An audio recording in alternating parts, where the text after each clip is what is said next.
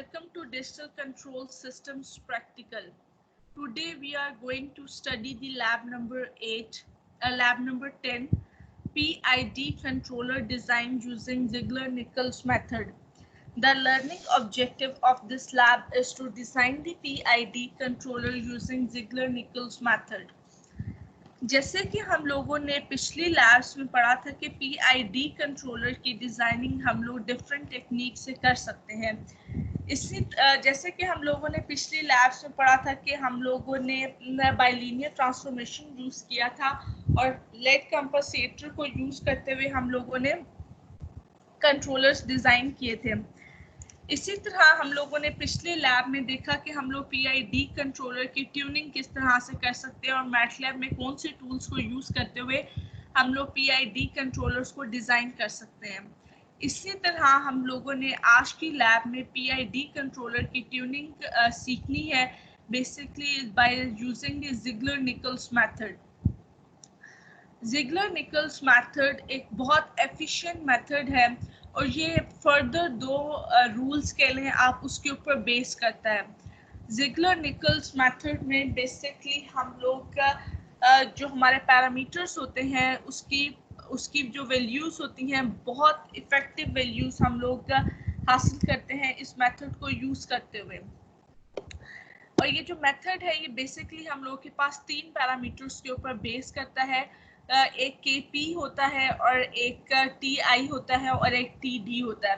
Basically मैं आपको PID controller का एक ओवरव्यू दे दूं जो हम लोगों ने पिछली लैब्स में भी मैंने काफ़ी दफ़ा आपको बताया है। P जो होता है वो प्रोपोर्शनल कंट्रोलर होता है। बेसिकली P क्या वर्क करता है वो बेसिकली हम लोगों की हेल्प करता है reducing the steady state error जो कि हमारे सिस्टम को और ज़्यादा स्टेबल बना देता है। और जो हमारे पास इंटीग्रल कंट्रोलर होता है वो बेसिकली हमारे सिस्टम के रिस्पॉन्स को फास्ट करता है। और इसके अलावा जो डेरिवेटिव कंट्रोल यूज़ किया जाता है वो हमारे पास ओवरशूट जो होता है उसको रिड्यूस करने के लिए हम लोग यूज़ करते हैं।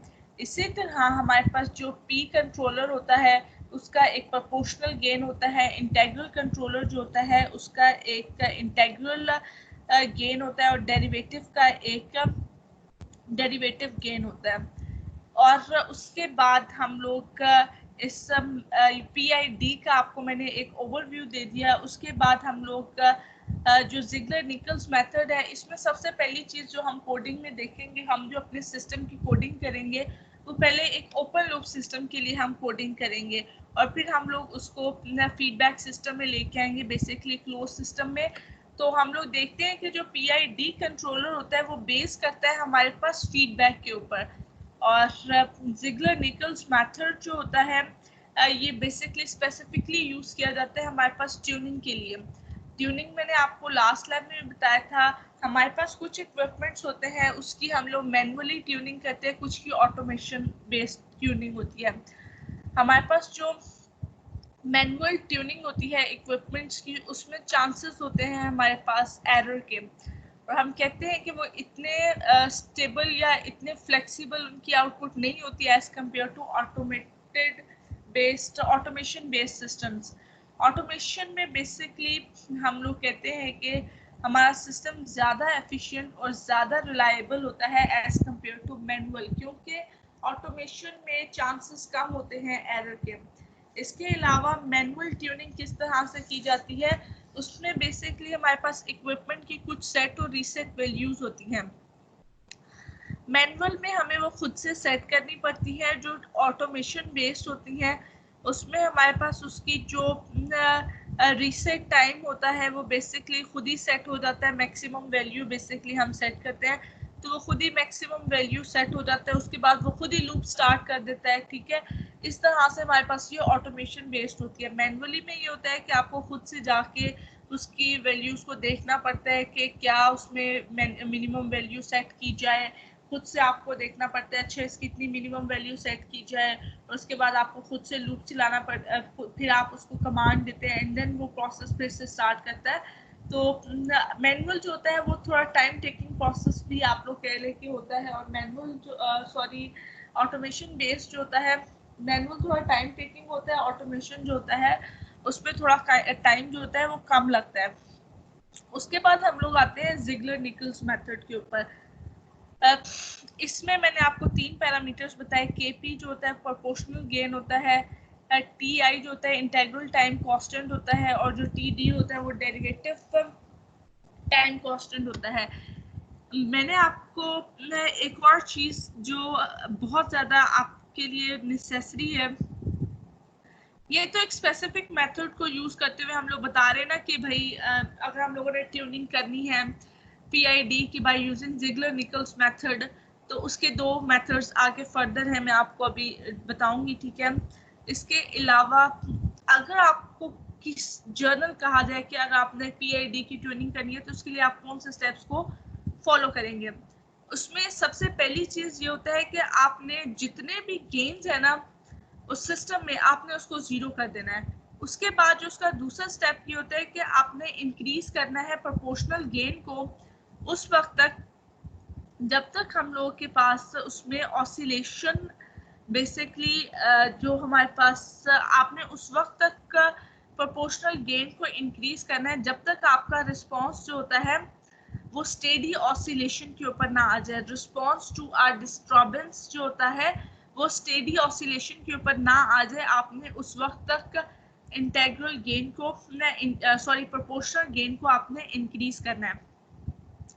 उसके बाद आपने इंक्रीज करना है डेरिवेटिव गेन को अंटिल दी ऑसिलेशंस गो अवे। इसका मतलब ये है कि ये क्रिटिकली डैम्प्ड हो। उसके बाद आपने जो मैंने आपको स्टेप 2 और 3 अभी बताया है उसमें ये करना है कि आपने डेरिवेटिव जो गेन है उसको उस वक्त तक इंक्रीज करते रहना है जब तक आपके सिस्टम की ऑसिलेशन स्टॉप नहीं हो जाती। ये 4 जर्नल मेथड्स हैं जो पीआईडी की ट्यूनिंग के लिए यूज किए जाते हैं। पहला, सारे गेन 0। दूसरा आपने पी गेन को उस वक्त तक इंक्रीज करना है जब तक रिस्पांस जो डिस्टर्बेंस के अकॉर्डिंगली होता है वो स्टेडी ऑसिलेशन पे ना आ जाए। थर्ड, आपने इंक्रीज करना है डी गेन को अंटिल दी oscillation go away, means critically damped condition पे ना आ जाए वो। थर्ड, आपने इसमें डेरिवेटिव गेन को उस वक्त तक इंक्रीज करते रहना है जब तक आपके सिस्टम से ऑसिलेशन स्टॉप ना आपके सिस्टम की ऑसिलेशन स्टॉप ना हो जाए। अब हम आते हैं कि ट्यूनिंग कैसे करते हैं by using Ziegler Nichols method पे, ठीक है। ये वाला बेसिकली जो पीआईडी कंट्रोलर्स होते हैं वो मोस्टली यूज ही बेसिकली आपके इंडस्ट्रीज में किए जाते हैं, तो उधर ट्यूनिंग बहुत नेसेसरी होती है सर्टेन कंडीशंस पे।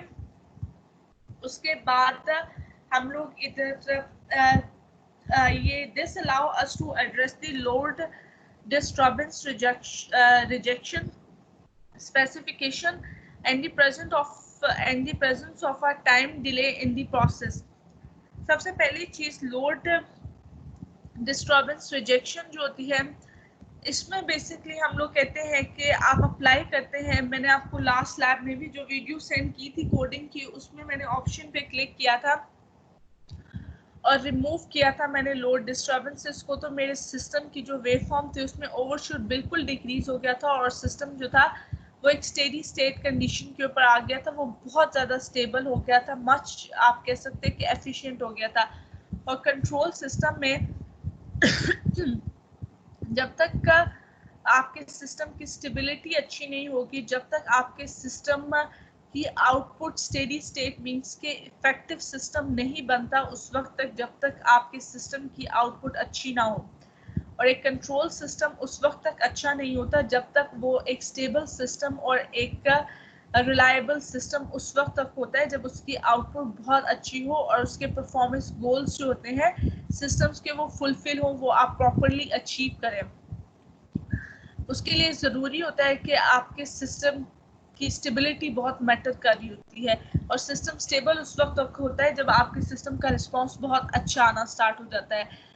तो अगर कंट्रोल सिस्टम में स्टेबिलिटी और रिलायबिलिटी नहीं है तो इसका मतलब ये है कि वो एक अच्छा कंट्रोल सिस्टम ही नहीं है। उसके बाद जैसे मैंने आपको पहले बताया है कि इसके 3 पैरामीटर्स मेजर हैं, केपी, टीआई और टीडी।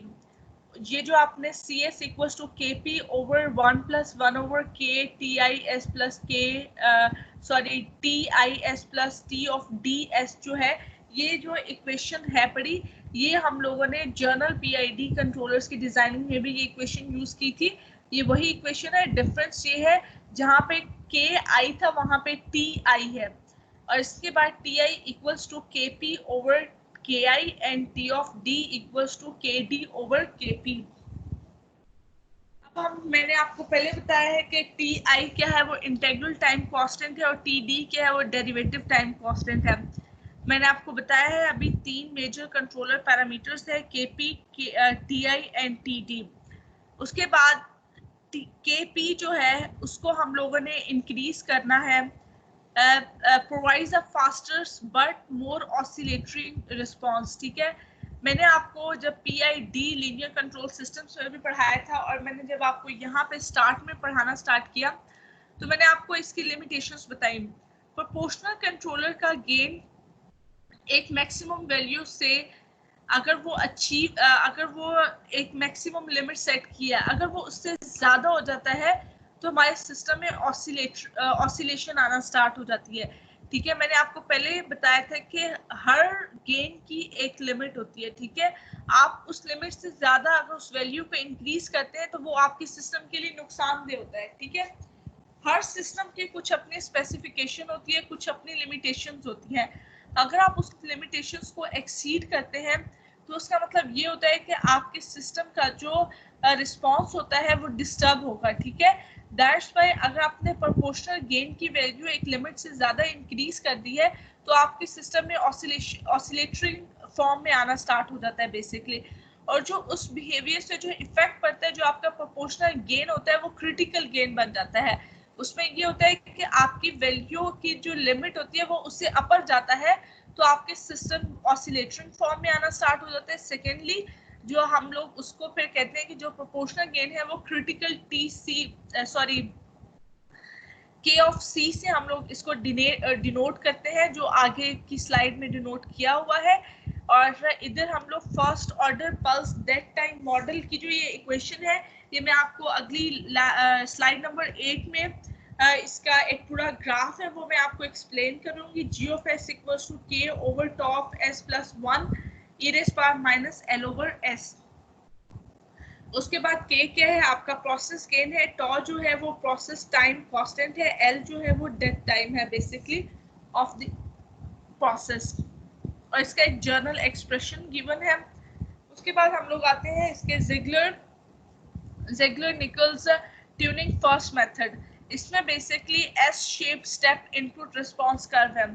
हम लोग कोई भी एक सिस्टम डिजाइन करते हैं तो सबसे पहली चीज ये होती है कि आप उसको इनपुट देते हैं।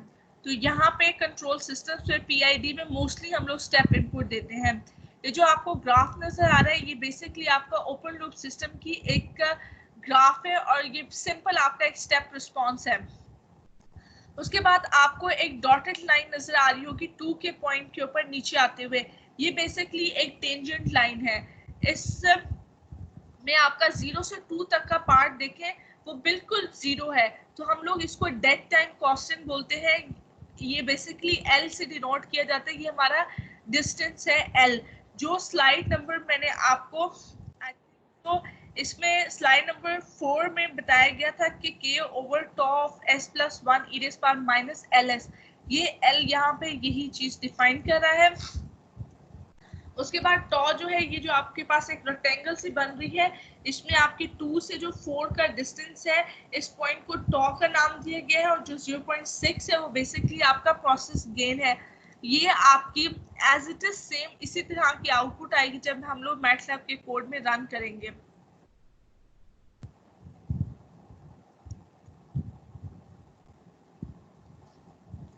सिमिलर केस आपके पास इसका एक जर्नल आप लोग कह लें कि एक टेबल है जिसमें KP, TI और TD की वैल्यूज गिवन है। प्रोपोर्शनल के लिए मेरे पास डैश का मतलब ये है कि इन पॉइंट्स पे ये वैल्यूज 0 है। अगर ये यहाँ पे कुछ कंडीशंस में इनफाइनाइट वैल्यूज को भी ये अप्रोच करता है। बेसिकली ये ज़िग्लर निकल्स ट्यूनिंग रूल होता है for a first order pulse dead time model of the process के लिए। ये इसका एक जर्नल टेबल है ये, ठीक है। ये यहाँ पे जो सिस्टम दिया गया है उसके अकॉर्डिंगली ये एक जर्नल टेबल है। अगर आपका प्लांट का ट्रांसफर फंक्शन डिफरेंट है तो आपके पास ये पैरामीटर्स भी वेरी करेंगे, ठीक है, क्योंकि एल जो होता है वो डिस्टेंस होता है, तो पॉसिबिलिटी है कि जो वो ट्रांसफर फंक्शन ले रहा है वो डिफरेंट ऑर्डर का हो, और हर सिस्टम की reliability, stability and performance goal different होते हैं दूसरे सिस्टम से, ठीक है, इसलिए हर सिस्टम की डिजाइनिंग भी डिफरेंट होती है दूसरे सिस्टम की। तो जब आप ट्रांसफर फंक्शन का एक मेजर पार्ट होता है, जब आपका ट्रांसफर फंक्शन का डिफरेंस आता है, तो हम लोग कहते हैं कि ट्रांसफर फंक्शन एक बेस होता है किसी भी सिस्टम की। जब प्लांट का ट्रांसफर फंक्शन आप डिफरेंट लेते हैं तो उसके अकॉर्डिंगली आपके पैरामीटर्स की जो वैल्यूज होती हैं वो भी डिफरेंट होगी। इसी तरह जो कंट्रोलर्स के जो गेन होते हैं और जो इनके पास से integral time constant, derivative time constant होता है, उसकी वैल्यूज भी डिफरेंट आएंगी। उसके बाद आते हैं Ziegler Nichols tuning second method में जो मैंने आपको एक बात की थी कि प्रोपोर्शनल गेन को जब आप लोग बहुत ज़्यादा इंक्रीज कर देते हैं तो उस पॉइंट पे हम लोग कहते हैं कि क्रिटिकल वैल्यू, जो मैंने आपको ये पहले स्लाइड एक्सप्लेन की थी वही चीज़ है यहाँ पे।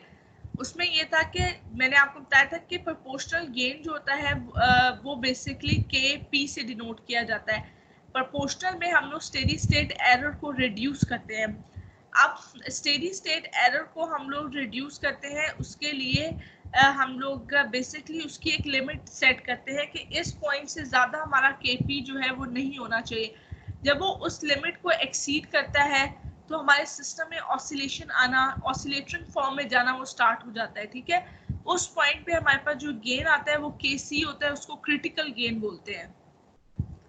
वो वाली कंडीशन हमारे पास जिगलर निकल्स सेकंड मेथड जो ट्यूनिंग के लिए यूज किया जाता है उसके ऊपर फुलफिल होता है। इसके लिए यहाँ पे एक हमने टेबल डिफाइन किया हुआ है, उसमें केपी, केआई और केपी, टीआई और टीडी है। उसके अकॉर्डिंगली इसकी एक जर्नल उन्होंने इक्वेशंस निकाली हुई है। बेसिकली ये जो जिगलर निकल्स मेथड की जो इक्वेशन हैं, जो एक्सप्रेशन मैंने लास्ट स्लाइड में आपको दिखाए थे, उसमें इन्होंने इक्वेशंस में वैल्यूज पुट करके प्लांट की और उसके अकॉर्डिंगली उन्होंने इसका एक वैल्यूज निकाली हुई है। मैटलैब के कोड में आप देखेंगे कि मैंने जो एक पार्ट डिजाइन किया है उसमें ये है कि एलो टॉ की वैल्यूज को वेरी करके हम लोग इनकी वैल्यूज को एडजस्ट कर रहे हैं, ठीक है। और उसके बाद फिर मैंने कंट्रोलर्स के पैरामीटर्स की वैल्यूज गिवन की हुई है। अगर आपका सिस्टम डिफरेंट हो जाता है तो सिर्फ अगर आप उस पार्ट में, मैंने इसके पार्ट्स बनाए हैं इस कोड के, अगर आप उस पार्ट में चेंजिंग करेंगे तो वो कोड आपका किसी भी सिस्टम के लिए चल सकता है।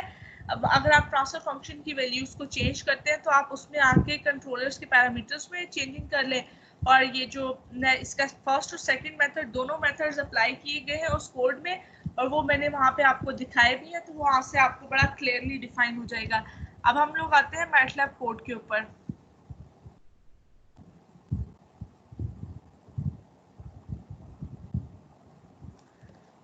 हाँ जी, ये जो आपका पहला पार्ट है लाइन नंबर 9 तक, ये इसमें आपका ओपन लूप सिस्टम का रिस्पांस है और इसकी कर्व ऐसे ही आएगी जो आपकी स्लाइड नंबर आई थिंक सो 4 में है, जो एस शेप वाली कर्व थी ओपन लूप सिस्टम की। इसमें सिंपल स्टेप इनपुट की आउटपुट आएगी। जो आप स्टेप इनपुट देंगे ना, उसकी जो आउटपुट होती है एक स्टेप सिग्नल, वही होगा।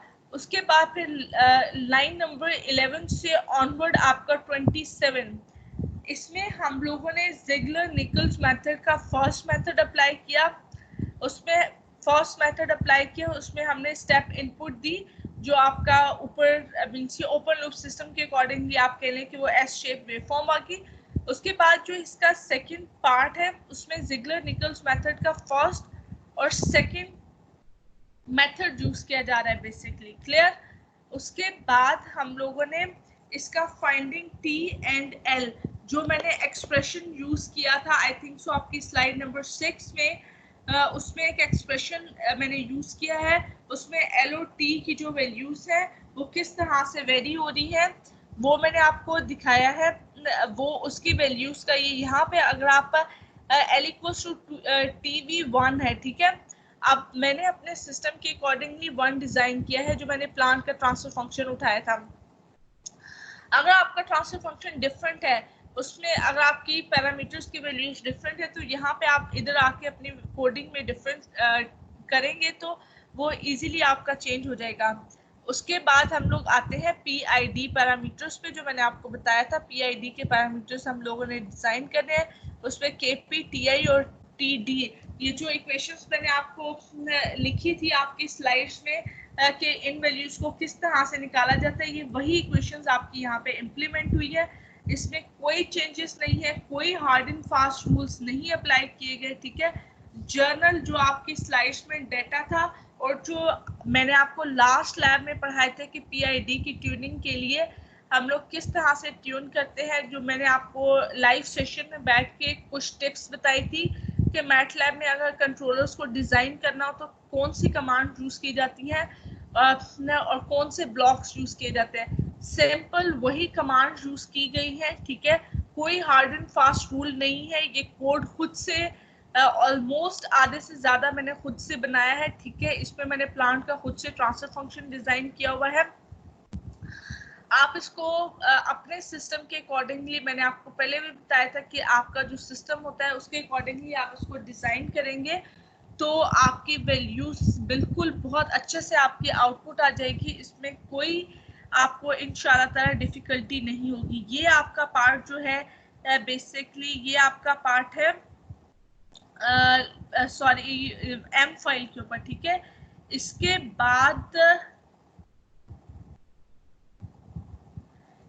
बाद हम लोग आएंगे सिमुलिंक के ऊपर। सिमुलिंक के ऊपर मैं आपको लाइव सेशन में सिमुलिंक के ब्लॉक्स उठा के अटैच करना बताऊंगी, ठीक है, कि मैंने कहाँ से जाके कौन से ब्लॉक्स लिए हैं।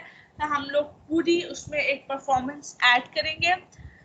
लाइव सेशन में मेरा फोकस होगा कि मैं आपको समझाऊं कि डिजिटल कंट्रोलर्स मैटलैब में किस तरह से डिजाइन किए जाते हैं, ठीक है, by using Ziegler Nichols method में, जैसे हम लोगों ने लास्ट लैब में किया था। इंशाल्लाह ताला लाइव सेशन में मैंने आपको एक वीडियो बना के इसकी M फाइल की कि किस तरह से मैंने कोडिंग की है, और इसके अलावा किस तरह से मैंने सिमुलिंक में ब्लॉक्स चूज किए हैं, उसकी किस तरह से स्केच बनाए, वो सारी एक वीडियो बना के मैंने आपकी माइक्रोसॉफ्ट टीम्स पे ऑलरेडी अपलोड कर दी है। आप वहां से गाइडलाइन ले लेंगे। इसके अलावा हम लोग लाइव सेशन में जब हम लोग इसकी आउटपुट को एनालाइज करेंगे तो मैं वहां पे आपको ऑप्शंस बताऊंगी कि हम लोग अकेले PI को भी ट्यून कर सकते हैं, ठीक है। उसके बाद हम इसकी आउटपुट को भी एनालाइज कर सकते हैं और फिर सिमुलिंक में बेसिकली पार्ट होगा। और फिर हम लोग जब PID कंट्रोलर को ट्यून करते हैं तो उसके बाद जो हमारे पास जो आउटपुट आती है फिर हम उन दोनों का कंपैरिजन करते हैं। ये कंपैरिजन बेस पे भी एक्सपेरिमेंट हो सकता है कि how we tune PI controller and PID controller and then इसका इफेक्ट क्या होता है आपकी आउटपुट के ऊपर। हम लोगों ने देखा कि जब हम लोगों ने डिस्टर्बेंसेस को रिजेक्ट किया तो उसमें ये हुआ कि मेरे पास जो पहली वेव फॉर्म थी वो, और उसके बाद रिमूव करने के बाद जो वेव फॉर्म आई उसमें ये था कि उसका ओवरशूट बहुत ज़्यादा डिक्रीज होता है और वो आउटपुट की जो वेव फॉर्म होती है वो बहुत स्मूथ टाइप की आती है, ठीक है। और इसके बाद अगर आप PID कंट्रोलर्स के आइकन के ऊपर डबल क्लिक करें तो उसमें वो टाइप मांगते हैं PI की और नीचे एक ऑप्शन होता है ट्यून का, वो आप करके देखते हैं। उसके बाद जब इसके आप एडवांस टूल बॉक्स में जाते हैं तो वहां से जाके जब आप इसके सर्च करते हैं इसमें गेन्स अटैच होंगे जो कि हम लोग नेम देंगे KP और TI और TD के। तो इंशाल्लाह ताला आई थिंक सो के after this lab as a control engineer आप लोग इतने होंगे कि आप लोग एक PID कंट्रोलर को ट्यून कर सकते हैं और एक PID कंट्रोलर बना सकते हैं by using the Ziegler Nichols method.